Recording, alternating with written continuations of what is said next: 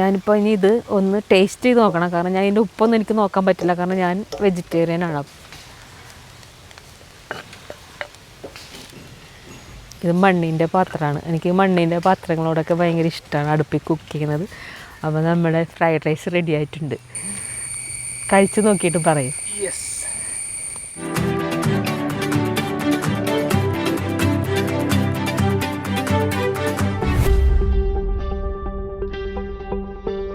Hi, എല്ലാവർക്കും നമസ്കാരം. ഞാൻ ജിഞ്ചർ മീഡിയയ്ക്ക് വേണ്ടി നിങ്ങൾക്ക് 1-2 വിഭവങ്ങൾ റെഡിയാക്കി തരുകയാണ്. വലിയ സംഭവങ്ങളൊന്നും ഇല്ല കേട്ടോ. ഇപ്പോൾ ഞാൻ ഒരു ഫ്രൈഡ് റൈസാണ് ഇന്നിപ്പോൾ പ്രിപ്പയർ ചെയ്യുന്നത്. വലിയ ഈ ഹോട്ടലിലൊക്കെ നിങ്ങൾ നല്ല ഫ്രൈഡ് റൈസൊക്കെ കഴിച്ചിട്ടുണ്ടാകും. പക്ഷേ എൻ്റെ ഫ്രൈഡ് റൈസിന് അത്ര രുചി ഉണ്ടാവുമെന്നൊന്നും എനിക്കറിയില്ല. ഞാൻ വീട്ടിൽ കുഞ്ഞുങ്ങൾക്ക് റെഡിയാക്കി കൊടുക്കുന്നതാണ് ഞാനിപ്പോൾ നിങ്ങൾക്ക് വേണ്ടി തയ്യാറാക്കി കാണിക്കാൻ പോകുന്നത്. ഇതിപ്പോൾ എൻ്റെ വീടിനടുത്തുള്ളൊരു സ്ഥലമാണ്. എൻ്റെ വീട് തൊട്ടപ്പുറത്താണ്, അതിന് തൊട്ടിപ്പുറത്തുള്ള പറമ്പാണിത്. അപ്പോൾ ഞാൻ ഇവരോട് തന്നെ അങ്ങോട്ട് പറയുമായിരുന്നു, നമുക്ക് വീടിനകത്ത് വെച്ച് കുക്ക് ചെയ്യുന്നതിനേക്കാൾ കുറച്ചും കൂടെ നല്ലതല്ലേ ഈ പറമ്പിൽ വെച്ച് കുക്ക് ചെയ്യുന്നത്. അപ്പോൾ അവരിങ്ങനെ വരുന്ന വഴിക്ക് അവർ തന്നെ കണ്ടുപിടിച്ചാണ് ഈ പറമ്പ്. ഒരുപാട് പറമ്പ് ഇങ്ങനെ കിടക്കുന്നുണ്ട്, പക്ഷേ ഭയങ്കര രസമാണ്. കണ്ട കാടും റബ്ബർ തോട്ടവും അപ്പുറം പാടവും പുഴയും അതുപോലെ ചെറിയ കുഞ്ഞു തോടുകളും താമരക്കുളവും ഒക്കെ ഉണ്ട് ഇവിടെ. അപ്പോൾ അതിൻ്റെ ഒന്നും ഭംഗി ഇപ്പോൾ നമുക്ക് എടുക്കാൻ പറ്റില്ല. എന്തായാലും നമുക്ക് കുക്ക് ചെയ്യാൻ വേണ്ടി ഇങ്ങനത്തെ ഒരു ആംബിയൻസ് ഫ്രൈഡ് റൈസ് ഉണ്ടാക്കാൻ പോവുകയാണ്. എന്തായാലും ഫ്രൈഡ് റൈസ് ഒരു ചൈനീസ് വിഭവമാണ്. എന്നാലും നമ്മൾ കാട്ടിൽ കുക്ക് ചെയ്തിട്ടുണ്ടെങ്കിൽ അത് കാട്ടിലെ ഭക്ഷണമൊന്നും ആവില്ലല്ലോ. അപ്പോൾ ഞാൻ കുറച്ച് കർപ്പൂരം ഇവിടെ കരുതിയിട്ടുണ്ട്. അപ്പോൾ കർപ്പൂരം ഇട്ടിട്ടാണ് നമ്മളിപ്പോൾ തീ പിടിപ്പിക്കാൻ പോണേ. എന്നിട്ട് തീ പിടിച്ച് കഴിയുമ്പോൾ നമുക്ക് വിറകൊക്കെ കുറച്ചും കൂടെ എടുത്ത് വെക്കണം. കാരണം ഈ ഫ്രൈഡ് റൈസിന് നല്ലോണം തീ വേണം. അപ്പോൾ ഞാനിത് എല്ലാം ഒരുവിധം കാറ്റുണ്ട് നല്ല, അതുകൊണ്ട് കത്തിക്കുമ്പോൾ സൂക്ഷിച്ച് കത്തിക്കണം. ഫ്രൈഡ് റൈസിന് നല്ലോണം തീ വേണം, കാരണം അല്ലെങ്കിൽ ഇത് കണ്ടിട്ടില്ലേ, നമ്മൾ ഹോട്ടലിലൊക്കെ ഭക്ഷണം കഴിക്കാൻ പോകുമ്പോൾ അവിടെ ഫ്രൈഡ് റൈസ് ഇങ്ങനെ ഇളക്കി ഭയങ്കര രസമാണ്. ഇങ്ങനെ പൊക്കി അതിനുള്ളിലൊക്കെ തീ വരണ പോലെയൊക്കെ തോന്നും. അപ്പോൾ അത്രയൊന്നും വരില്ല. എന്നാലും ഞാനൊരു പരീക്ഷണം എന്ന നിലയിൽ ഇതിനകത്ത് ഞാൻ വീട്ടിലുണ്ടാക്കുമ്പോൾ ഇതിലാണ് ഉണ്ടാക്കണേ, കുറച്ചല്ലേ ഉണ്ടാക്കുള്ളൂ. അപ്പോൾ ഇപ്പം നമ്മൾ തീ പിടിച്ചിട്ടുണ്ട്. ഫ്രൈഡ് റൈസേ നമ്മൾ ഇതിൽ ഈ കടായിൽ ഉണ്ടാക്കുന്നത് എന്തിനാണെന്ന് വെച്ചാൽ, ഈ കടായിൽ ഉണ്ടാക്കുമ്പോഴാണ് അതിൻ്റെ ഒരു കറക്റ്റ് എല്ലായിടവും മിക്സിങ്ങും ആ ടേസ്റ്റും ഒക്കെ കറക്റ്റായിട്ട് വരുള്ളൂ. അപ്പോൾ അതുകൊണ്ടാണ് ഞാൻ ഈ കടായിൽ തന്നെ ഉണ്ടാക്കാമെന്ന് വെച്ചത്. പിന്നെ നമുക്ക് ഇളക്കാനൊക്കെ ഇങ്ങനെയൊക്കെ കൈ പിടിച്ച് ഇങ്ങനെ ഇളക്കാനൊക്കെ നല്ല സുഖമാണ്. അപ്പോൾ ഇതൊന്ന് ചൂടാവട്ടെ. നമുക്ക് അതിൻ്റെ അതിലേക്ക് എണ്ണ ഒഴിച്ചു കൊടുക്കാം. ഓയിലാണേ, അതായത് വെളിച്ചെണ്ണയല്ല, ഓയിലാണ് ഒഴിക്കേണ്ടത്. അപ്പോൾ ഇതിപ്പോൾ ചൂടായി വരുന്നുണ്ട്. നമുക്കതിലേക്ക് കുറച്ച് ഓയിൽ ഒഴിച്ച് കൊടുക്കാം. നമ്മൾ ഇവിടെ എനിക്കൊരു അബദ്ധം പറ്റി. നമ്മളിപ്പോൾ ലോക്ക്ഡൗണൊക്കെ പല സ്ഥലത്തും ലോക്ക്ഡൗൺ ആയതുകൊണ്ട് ഈ സെലറി അങ്ങനെയുള്ള സംഭവങ്ങളൊന്നും എനിക്ക് കിട്ടിയില്ല. അപ്പോൾ അതുകൊണ്ട് ഞാനിപ്പോൾ ക്യാരറ്റ്, ബീൻസ്, സവാള, പച്ചമുളക് അങ്ങനെയുള്ള സാധനങ്ങളൊക്കെയാണ് അരിഞ്ഞ്. സെലറിയും സ്പ്രിംഗ് ഒനിയനും വേണമായിരുന്നു, കിട്ടിയില്ല.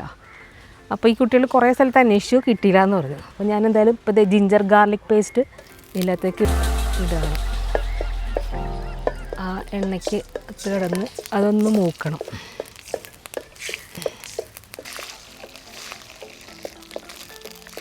അപ്പോൾ അത് മൂത്തിട്ടുണ്ട്. നമ്മളിപ്പോൾ ജിഞ്ചർ ഗാർലിക് പേസ്റ്റ് ഇട്ടത് മൂത്തിട്ടുണ്ട് ഏകദേശം. മൂത്തില്ലെങ്കിൽ അതിൻ്റെ ഒരു പച്ച ചൊവ ഉണ്ടാവുമല്ലോ, അത് മാറില്ല. അപ്പോൾ നമുക്കിനി ഇതിലേക്ക് സവാളയും പച്ചമുളകും ഇട്ട് കൊടുക്കാം.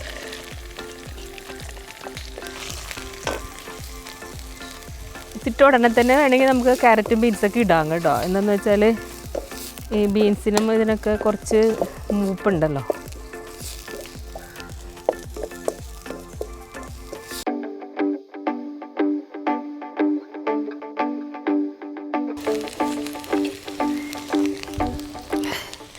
എൻ്റെ കണ്ണ് ഈ പുക കൊണ്ട് നേർന്നുകൊണ്ടാണ് ഞാൻ ഈ കഷ്ടപ്പെടുന്നത്. എന്നാലും സാരമില്ല, എനിക്ക് അതിലുണ്ടാക്കാനും ഇഷ്ടം.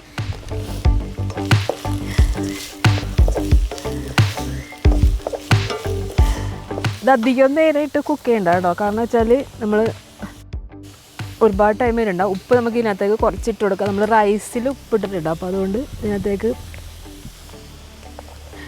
പാകത്തിനുള്ള ഉപ്പിട്ട് കൊടുത്താൽ മതി. ഇനി നമുക്ക് ഇതിലേക്ക് ചിക്കൻ ആഡ് ചെയ്യാം. മിക്സഡ് ഫ്രൈഡ് റൈസാണ് ഉണ്ടാക്കണത്. അപ്പോൾ ചിക്കൻ ഇട്ടു. ഇനി എഗ്ഗ് ഇടണം. എഗ്ഗ് കുറച്ച് കഴിഞ്ഞിട്ട് ഇടണുള്ളൂ. എഗ്ഗ് ഇതിൻ്റെ ഒപ്പം ഇട്ടിട്ടുണ്ട്, അത് മൊത്തത്തിൽ ഇതായി പോകും, വൃത്തിയായി പോകും.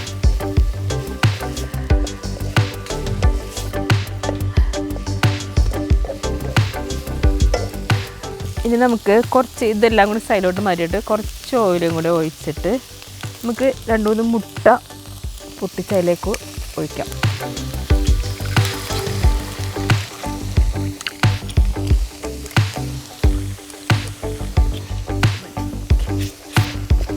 അപ്പോൾ അതിൻ്റെ നടുക്കിട്ട് നമ്മളിത് മുട്ട ഇങ്ങനെ ലാസ്റ്റ് ചിക്കി ഇങ്ങനെ കൊടുക്കുക. അപ്പോൾ നമ്മളിനി റൈസ് ഇതിലേക്ക് ഇടുകയാണ്. ഞാൻ 2 കപ്പ് റൈസാണ് എടുത്തിരിക്കുന്നത്. ഞാനത് കുക്ക് ചെയ്തിട്ട് ഒന്ന് തിളച്ച് കഴിയുമ്പോൾ തന്നെ ഇതിന് കറക്റ്റ് പരുവാകും. ഒരുപാട് വെന്ത് പോയാൽ ഇത് ശരിയാവില്ല. കുറച്ചിട്ട് കൊടുത്തിട്ട് നമുക്കൊന്ന് മിക്സ് ചെയ്യാം. ഒരുപാട് വെന്ത് പോയാൽ ഫ്രൈഡ് റൈസ് കറക്റ്റ് ആവില്ല. അപ്പോൾ അതിനുകൊണ്ട് നമ്മൾ ജസ്റ്റ് അത് തിളച്ച് കഴിഞ്ഞിട്ട് ഓഫ് ചെയ്തിട്ട് അടച്ച് വെച്ചിട്ട് ഒരു 10 മിനിറ്റ് നോക്കുമ്പോൾ അത് കറക്റ്റ് വേവായിരിക്കും. എന്നിട്ട് നമ്മൾ വെന്തിട്ട് അത് ഇങ്ങനെ വെള്ളം പോകാനായിട്ട് വെക്കുക. എന്നിട്ട് അതിന് ശേഷം തണുത്ത് കഴിയുമ്പോൾ എടുത്ത് ഫ്രിഡ്ജിൽ വെക്കണം. ഫ്രിഡ്ജിലൊരു 2 മണിക്കൂർ വെച്ചതിന് ശേഷം നമ്മളിത് ഫ്രൈഡ് റൈസിന് വേണ്ടി എടുക്കുകയാണെങ്കിൽ കറക്റ്റ് ആ ഒരു ലെയറായിട്ട് ഇങ്ങനെ റൈസ് ഒന്നിലും ഒട്ടാതെ ഇങ്ങനെ കിട്ടും. അപ്പം ഞാനങ്ങനെ അത് കുക്ക് ചെയ്ത് വെച്ചിട്ടുണ്ടായിരുന്നു. കാരണം ഇവിടെ വെച്ച് ഇങ്ങനെ കുക്ക് ചെയ്യുന്നതുകൊണ്ടാണ് ഞാൻ അങ്ങനെ ചെയ്തത്. നമ്മളിപ്പോൾ വീടിനകത്ത് വെച്ചൊക്കെ ആണെങ്കിൽ നമുക്കെല്ലാം സ്റ്റെപ്പായിട്ട് കാണിക്കാൻ പറ്റും. ഇനി വേണം സോസ് ഇടാനായിട്ട്.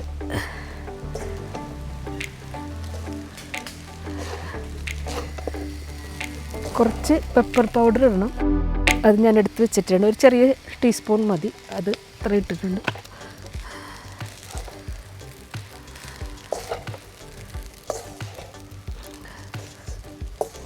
അപ്പോൾ 1 സ്പൂൺ സോയാ സോസ് ഞാനിപ്പോൾ ഒഴിച്ചിട്ടുണ്ട്.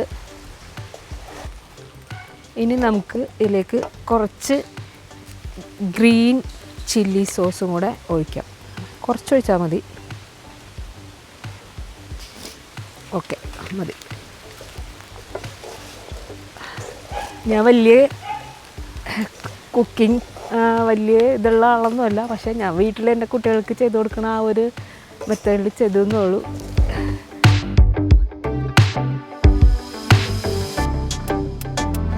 അവർക്കിഷ്ടമാണ് ഞാൻ ഉണ്ടാക്കുന്ന ഫ്രൈഡ് റൈസ്, അവർക്കിഷ്ടമാണ്. അപ്പോൾ ഇപ്പോൾ നമ്മളിതിൻ്റെ ഉപ്പൊക്കെ നമ്മൾ നോക്കാം എങ്ങനെയുണ്ടെന്ന്. കാരണം വെച്ചാൽ ഞാൻ റൈസ് കുക്ക് ചെയ്തപ്പോൾ ആവശ്യത്തിനുള്ള ഉപ്പ് ചേർത്തിട്ടുണ്ടായിരുന്നു. ഇപ്പോൾ നമ്മൾ ആ പച്ചക്കറികൾക്ക് കുറച്ചും കൂടെ ഉപ്പ് ചേർത്ത് കൊടുത്തിട്ടുണ്ട്. ഇനി നമ്മളുടെ ഫ്രൈഡ് റൈസിൻ്റെ അവസാനം മിനുക്ക് പൊടിയായ ഇളക്ക് നടന്നുകൊണ്ടിരിക്കുകയാണ്.